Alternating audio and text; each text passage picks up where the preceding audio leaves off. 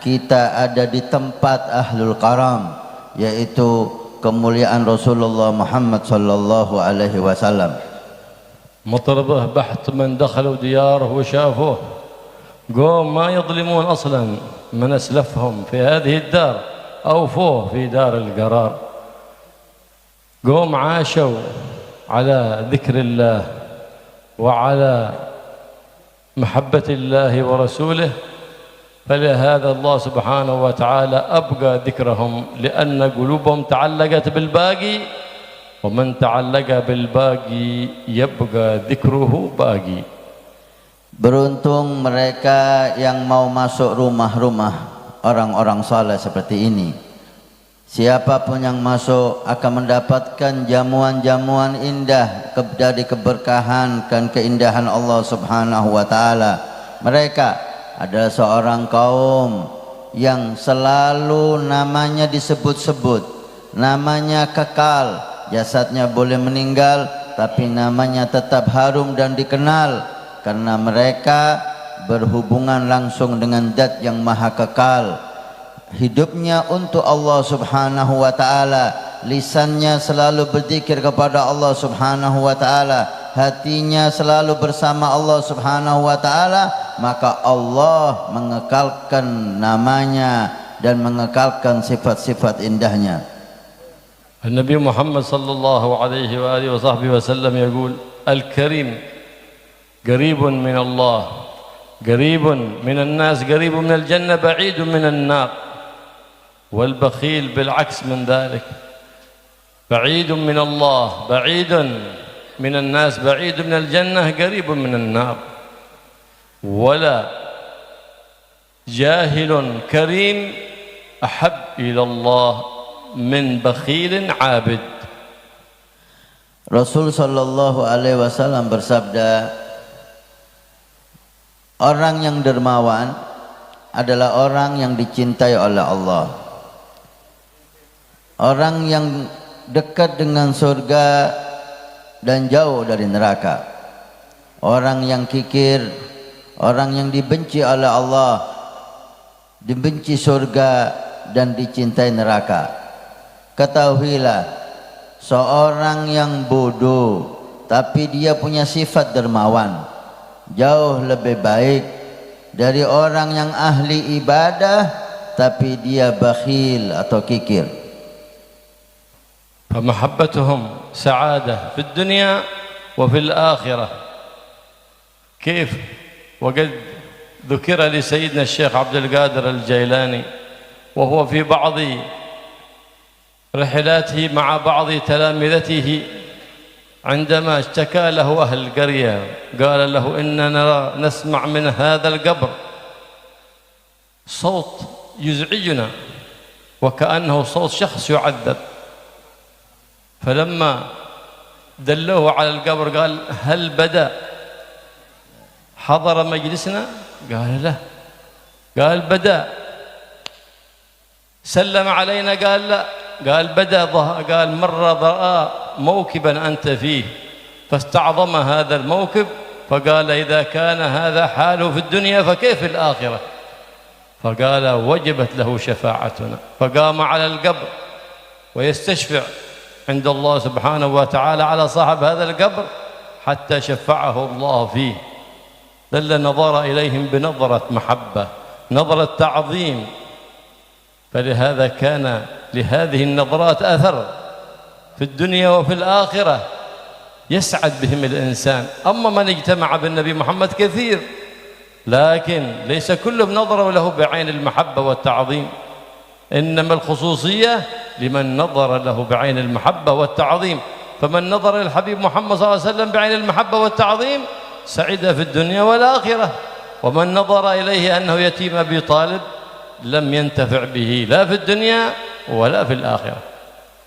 Beruntung orang yang cinta dengan para salihin. Beruntung orang yang punya ikatan batin dengan para aulia as-salihin. Dikisahkan Sayyidina Syekh Abdul Qadir Al-Jilani, satu saat ketika beliau berjalan di suatu desa, penduduk desa mengeluh kepada Sayyidina Syekh Abdul Qadir Al-Jilani atas satu makam. di mana terdengar dari makam tersebut suara rintihan, jeritan atas siksa Allah kepada dia. Maka penduduk mengeluh dan terganggu atas jeritan sahibul qabr. Datang Sayyidina Syekh Abdul Qadir Jailani, maka mereka memohon untuk Sayyidina Syekh Abdul Qadir Jailani berdoa kepada Allah dan memberi syafaat orang ini. Sayyidina Syekh mencari hubungan antara beliau dan orang ini. Pernahkah dia datang kepadaku? Pernahkah dia bersalaman denganku? Pernahkah dia duduk di majlisku? Ternyata orang ini jauh dari majlisnya Sayyidina Syekh Abdul Qadir Jailani dan tidak pernah berjumpa, tidak pernah bersalaman.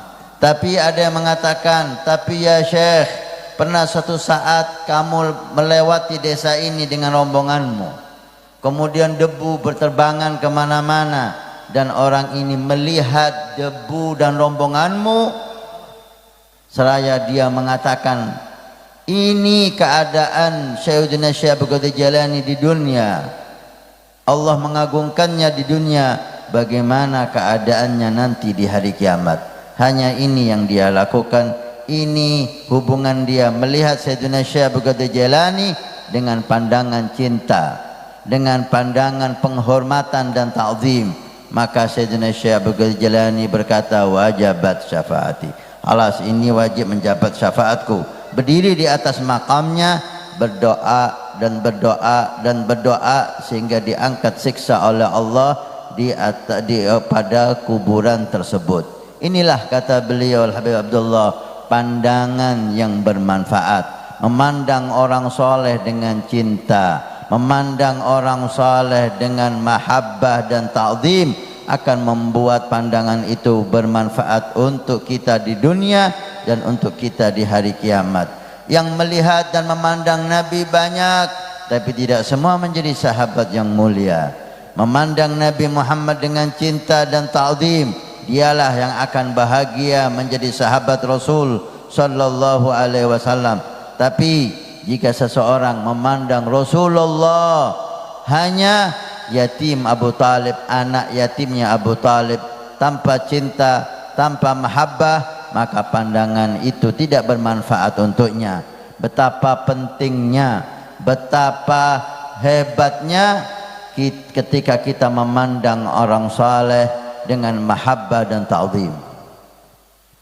فالمتعلق بأهل الله يدرك الخير من فضل الله سبحانه وتعالى، وما نال ما نال من تقدم من أسرار، من أنوار، من علوم، وكما قال السلف الصالح، وما صار الأبدال أبدالا والأولياء أولياء إلا بسخاوة النفوس.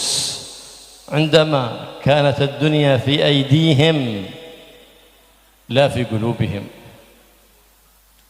على أقدامهم تصونهم عن أقدار هذه الدار، لا في قلوبهم تشغلهم عن العزيز الغفار. وبالرحمة بالعباد لما اشتغلوا عن العباد برب العباد رحموا العباد، لأن أرحم الراحمين يقول الراحمون يرحمهم الرحمن، يرحم من في الأرض يرحمكم من في السماء. Seseorang yang punya ikatan batin dengan para aulia salihin, dia akan mendapatkan keberuntungan di dunia dan akhirat. Demikianlah semua orang saleh punya ikatan batin dengan orang saleh sebelumnya. Semua wali punya ikatan batin dengan wali sebelumnya, sampai dikatakan tidak menjadi seorang wali abdal itu wali abdal kecuali dengan dua hal. Satu, sakhawatun nafas, dan yang kedua salah rahmatun bil ibad. Sakhawatun nafas, dermawan, dunia hanya ada di tangannya, dunia tidak sampai masuk ke hatinya, dunia tidak membuat dia sibuk dari zikir dan ibadah kepada Allah subhanahu wa ta'ala. Dunia bisa dia miliki, tapi tidak bisa menguasai hatinya. Hatinya hanya bersama Allah subhanahu wa ta'ala. Dan yang kedua, rahmat dengan hamba Allah, rahmat dengan manusia, karena dia selalu berhubungan dengan zat yang maha rahmat, Allah subhanahu wa ta'ala. Dan Allah akan merahmati ar-rahimun yarhamuhumur rahman tabaraka wa ta'ala. Orang yang rahmat, penuh kasih sayang, penuh cinta dengan hamba Allah, maka akan disayangi, akan dirahmati oleh Allah subhanahu wa ta'ala.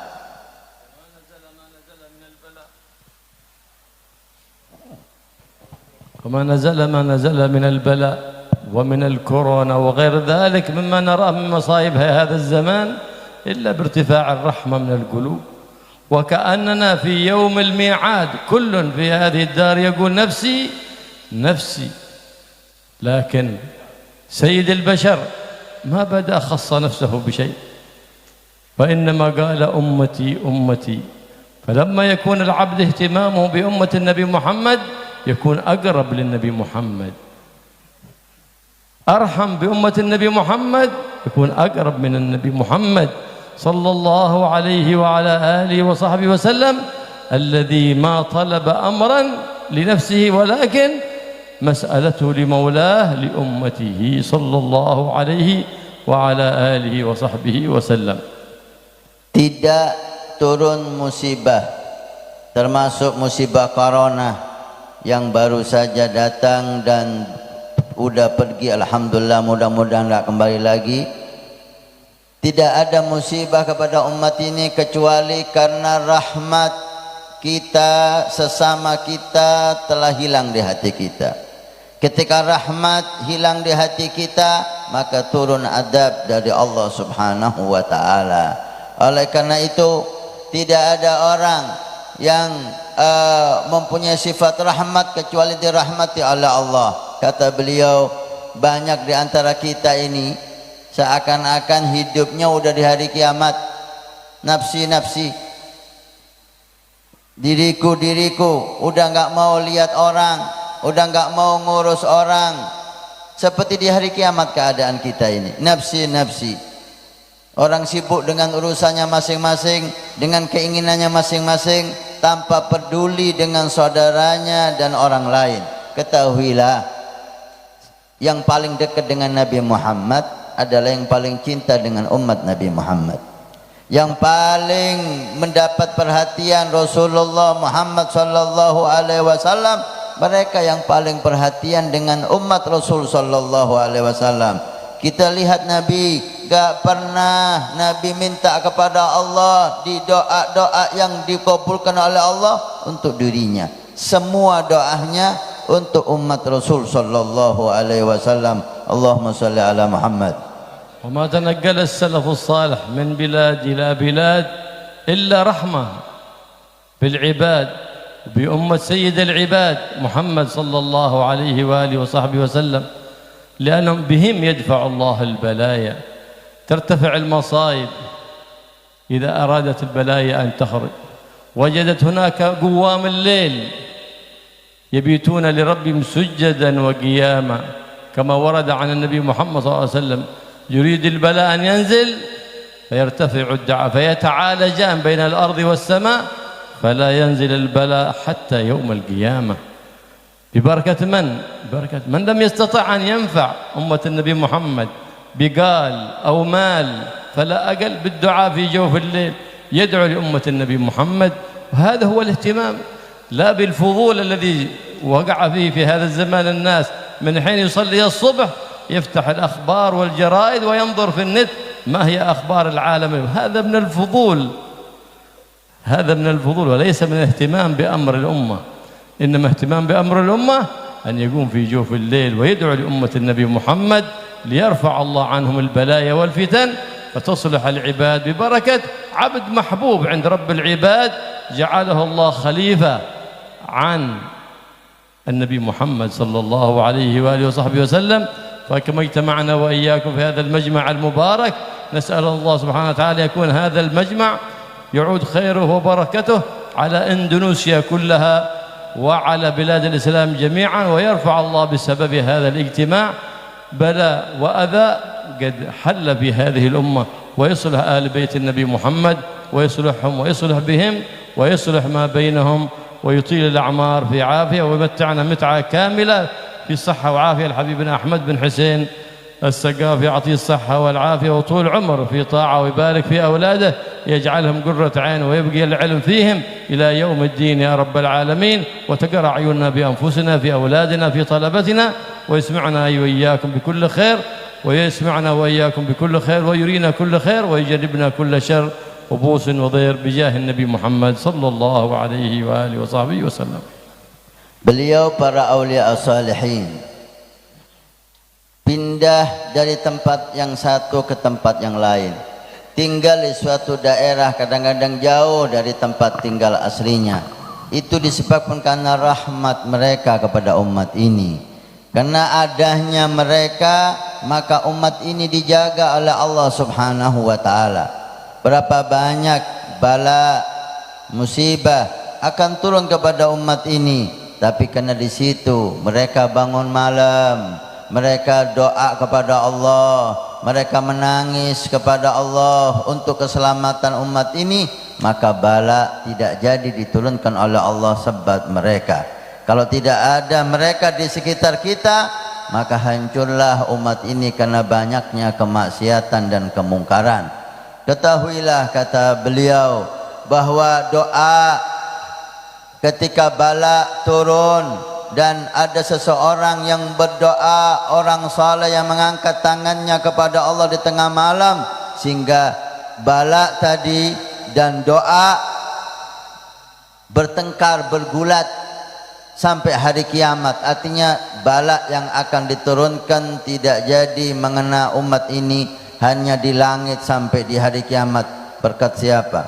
Berkat doa orang saleh, berkat doa wali min auliyaillah. Oleh karena itu begitu besar manfaat keberadaan mereka di tengah-tengah kita. Dan beliau mengatakan, inilah perhatian kita kepada umat Nabi Muhammad.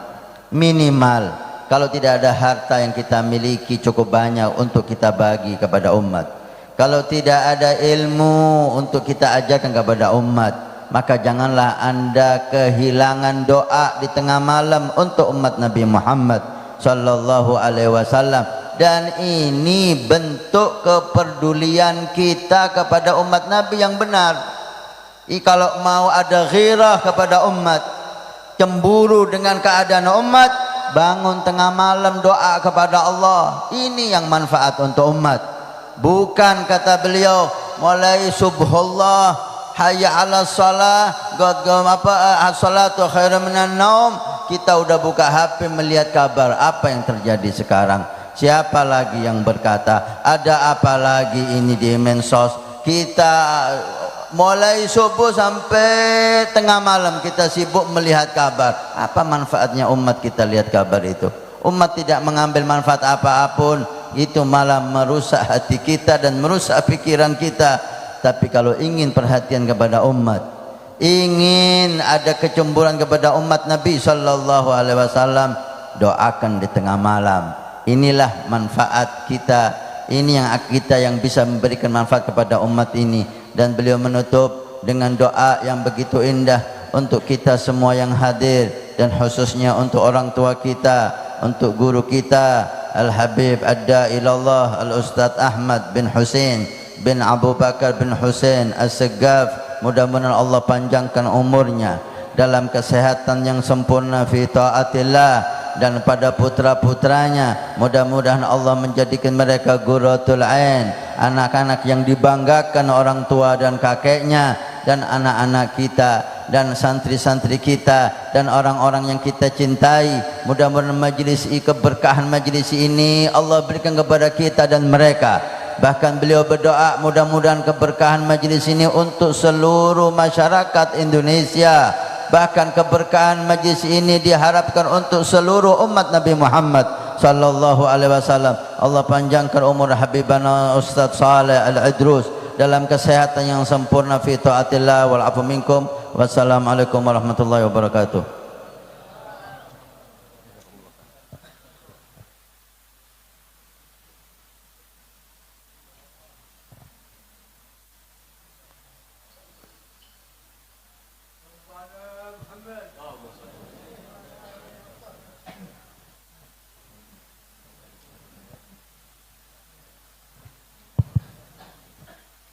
Assalamualaikum warahmatullahi wabarakatuh. Bismillahirrahmanirrahim. Alhamdulillahi bini'matihi tatimmus salihat wa 'inda dzikri awliyaihi tatanazzalur rahmatu wal barakatu wan nafahat. Wa sallallahu wa sallama wa baraka ala sayyidis sadat Sayyidina wa nabiyyina wa maulana Muhammadin ashrafil bariyat wa ala alihi wa ashabihil qadat, amma ba'du. Para habaib, para syiban, sadatina al-alawiyin, guru-guru kita yang kami muliakan, para ulama, para masyayikh yang hadir semuanya yang kami muliakan, para muhibbin, pecinta wali-wali Allah, pecinta para habaib, pecinta para orang-orang saleh yang hadir pada siang hari ini, semoga semua diberkahi oleh Allah Subhanahu wa taala. Sudah banyak kita dengarkan faidah-faidah yang semua itu sangat berguna untuk kita.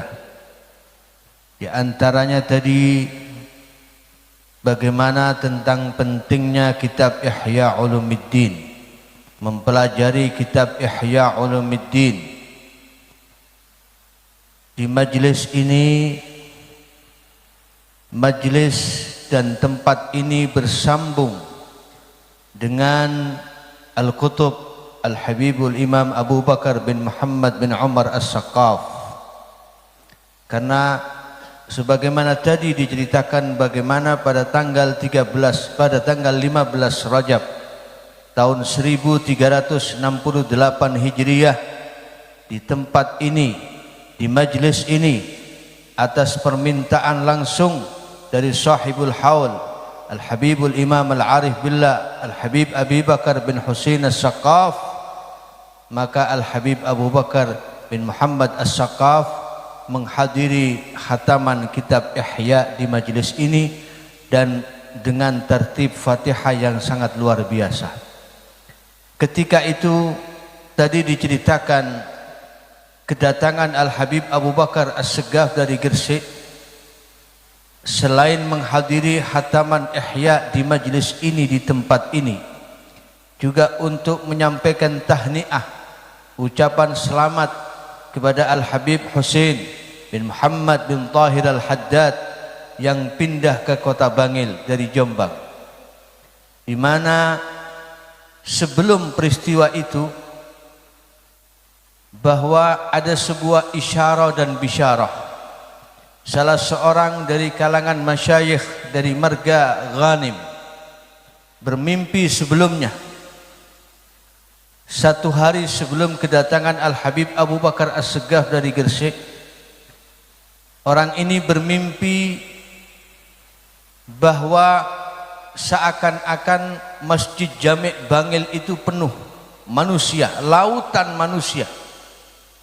Mereka semua berada di depan Masjid Jami' Bangil karena dikabarkan akan datang seorang sultan Makkah, raja Makkah, penguasa Makkah.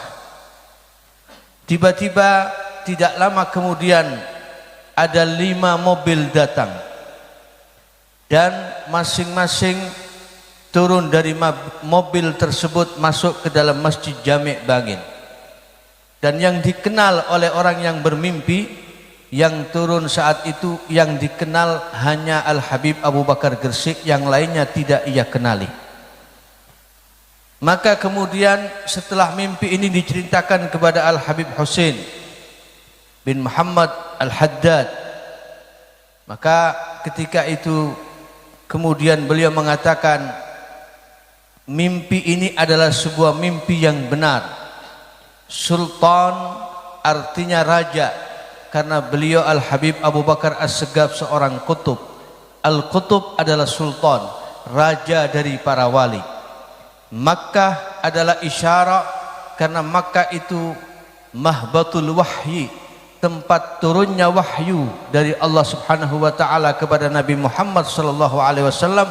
Ini pertanda bahwa beliau adalah khalifah, pengganti, penerus daripada ajaran Rasulullah sallallahu alaihi wasallam.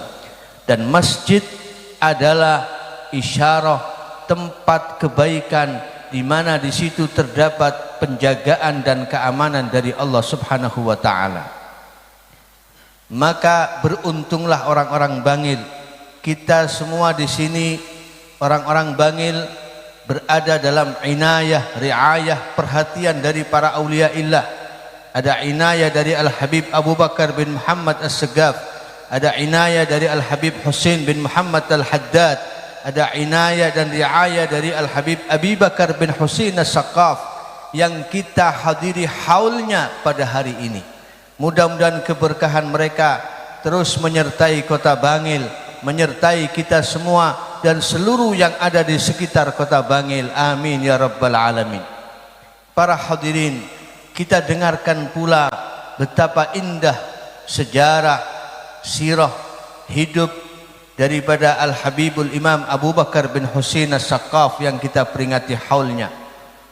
Betapa tadi beliau diceritakan selain keilmuannya, selain ibadahnya, selain amaliyahnya, juga bagaimana rahmatnya kepada orang-orang fakir miskin, para janda yang kekurangan, sehingga beliau habiskan waktunya untuk membantu orang-orang fakir miskin. Tidak lain dan tidak bukan, ini adalah warisan dari kakek beliau. Bagaimana dulu kakeknya Al-Imam Ali Zainal Abidin, Al-Imam Ali Zainal Abidin, cucu dari Rasulullah sallallahu alaihi wasallam. Beliau itu melakukan sedekatus sir selama bertahun-tahun, tidak ada yang tahu. Setiap hari, setiap malam berkeliling membawa beras dan kebutuhan hidup makan manusia. 100 rumah dihidupi oleh beliau, tidak kurang dari 100 rumah. Dan itu dipikul sendiri, tidak ada satupun yang tahu. Setiap penduduk Madinah membuka pintu rumahnya, di depannya sudah ada beras, sudah ada sembako, sudah ada kebutuhan hidup mereka terpenuhi, tanpa ada yang tahu siapa yang melakukan ini. Dan itu baru diketahui setelah wafatnya Al-Imam Ali Zainal Abidin. Ketika beliau wafat, tidak ada lagi yang memberikan sedekah seperti itu. Dan ketika dimandikan jenazahnya, di pundaknya ada bekas pikulan, karena beras itu dipikul sendiri oleh beliau. Ini yang diwarisi oleh Al-Habib Abu Bakar bin Husain As-Segaf. Di dalam kitab Ihya Ulumuddin, Al-Imam Al-Ghazali rahmatullah alaih mengutip sebuah cerita. Suatu saat ada cucu Rasulullah sallallahu alaihi wasallam, Sayyidina Al-Hasan wa Sayyidina Al-Husain wa Sayyidina Abdullah bin Ja'far radhiyallahu ta'ala anhum wa ardahum. Mereka bertiga ini sedang melaksanakan haji ke Baitullah. Lalu tiba-tiba di tengah perjalanan mereka kehabisan bekal dan mereka merasakan lapar dan haus. Lalu cari rumah tempat untuk istirahat. Ada satu rumah gubuk. Mereka masuk ke dalam rumah itu, ternyata yang punya rumah ini seorang nenek yang tua renta. Mereka minta izin untuk istirahat di tempat itu. Maka dipersilahkan oleh tuan rumah untuk beristirahat. Setelah itu mereka bilang, adakah yang bisa kami minum, kami kehausan. Maka kata si nenek tersebut, saya hanya punya sedikit susu kambing. Kalau kalian mau, saya akan ambilkan dan kalian bisa meminumnya. Diambilkan susu kambing, diberikan kepada mereka bertiga dan diminum. Lalu karena merasa lapar, mereka bertiga bertanya, adakah yang bisa kami makan? Nenek tua ini berkata, kami tidak punya apa-apa kecuali ada satu kambing kecil. Ini satu-satunya harta kami saat ini.